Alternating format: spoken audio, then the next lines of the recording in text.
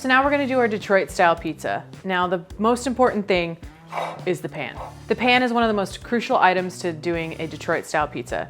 Now the key here is how big the depth is. You always want at least a 3-inch depth in your pan because we're looking for a caramelized cheese all the way around the perimeter of the pan. And that high depth is what's gonna give us that frico, that what we're looking for, that nice caramelized cheese. Now for our pizza, we're actually gonna be blending 2 cheeses to accomplish this. We're gonna be blending a mozzarella and a cheddar. Traditionally in Detroit, they use what's called a brick cheese. Now, brick cheese is not readily available everywhere, so we're gonna be using mozzarella, which is kind of a close cousin to brick cheese, especially in terms of flavor profile and how well it melts, as well as the melting point. But the cheddar is what we're gonna use to kind of up it a little bit. We're gonna up the flavor a little bit as well as upping the melting point. So a nice sharp cheddar, a drier cheddar is gonna help give us that nice caramelization without the cheese falling off. Too high of a fat content in our cheese and there's too much moisture in our pizza. And so when we go to take the pizza out, it's actually gonna fall right off. The other ingredients that we're gonna be using is our classic tomato sauce, in which in Detroit you find it mostly one way in terms of the tomato sauce is cooked directly on the pizza. But nowadays across the US, you actually see tomato sauce ladled on top of the pizza after the bake, post-bake. And what that accomplishes is, one, you get a little bit more tomato flavor because it sits on top of everything. But the second thing it does is that by taking out some of the moisture from the tomato sauce, it ensures that you get a more crispy crust around the edge. You have less moisture baking directly on the pizza. So we're gonna be doing a twist on my award-winning pie. We're gonna be using sopressata, which is traditional in Spain, but we're also gonna be finishing it with classic Italian items like fresh arugula, prosciutto di Parma, and Parmigiano Reggiano.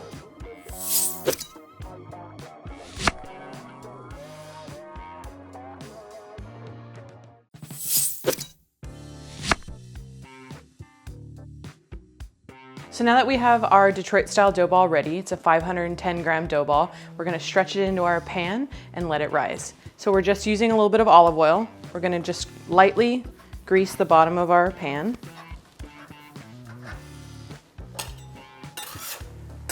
And then with our dough ball, using the flat sides of our fingers, we're not using our tips of our fingers because we're not looking to dimple the dough here.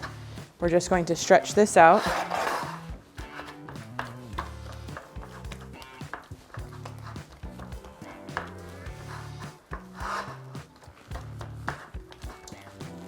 And that's it.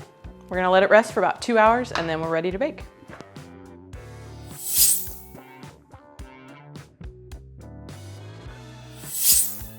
So for our Detroit style pizza, we've stretched it into the corners and we've let it rise for another 1 to 2 hours.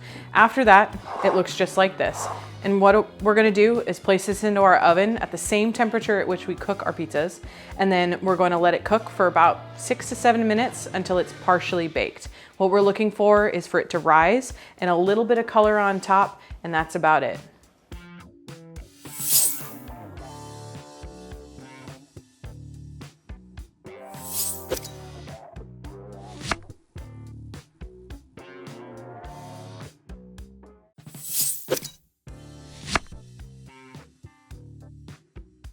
So now we're ready to build our pie for the oven. First thing we're gonna do is we're gonna blend our 2 cheeses.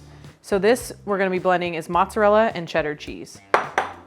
And it doesn't have to be super perfect. All we're looking is to make sure that we've got the 2 blended together because we're looking to blend around the entire perimeter. Now we're just gonna build up our cheese around the edge.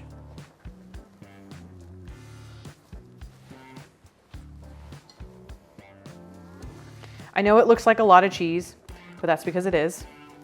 But the finished product is what we're looking for. We're looking for a caramelized cheese that goes all the way down our pan until it reaches the bottom of the pie. Traditionally in Detroit, the caramelized cheese only reaches about halfway down. But for this, we're kind of gonna bump it up a little bit and we want the cheese to go all the way down the side of the pan.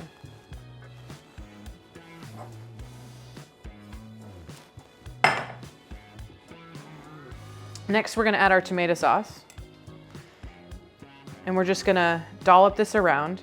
We're not looking for a super even spread of our tomato sauce. We want more of it kind of in spots. And then we're gonna layer our soppressata.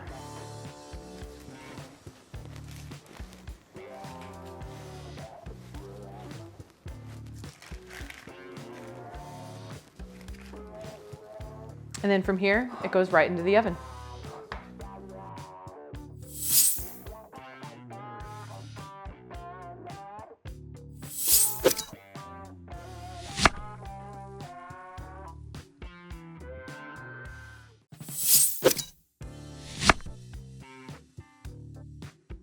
So when Detroit style pizzas come out of the oven, it's best if you let it rest for a few minutes because the cheese will firm up and it becomes a little bit easier to chisel it out of the pan. Now, chiseling out of the pan, you're gonna wanna use a spatula or a scraper if it sticks that is thinner and has a little bit of a sharper edge to it. Rounded edges makes it a little bit harder to get into the corners, but if you let it sit, it should release from the pan pretty easily. And so the best thing for this pie when you present it is you want a pan that it can sit on, but you want to be able to see those pretty edges. So I like to be able to take this out of the pan and let it sit on a cooling rack. I love for this to be able to sit on a cooling rack because then you can really see those distinct edges. You can really see the caramelized edge, the caramelized cheese. And the way that we're gonna finish this is we're gonna finish this with some fresh arugula.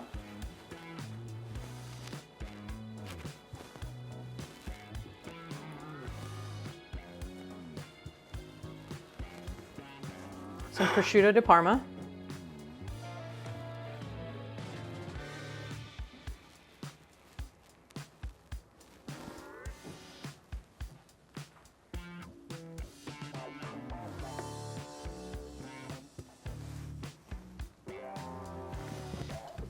Some Parmigiano Reggiano.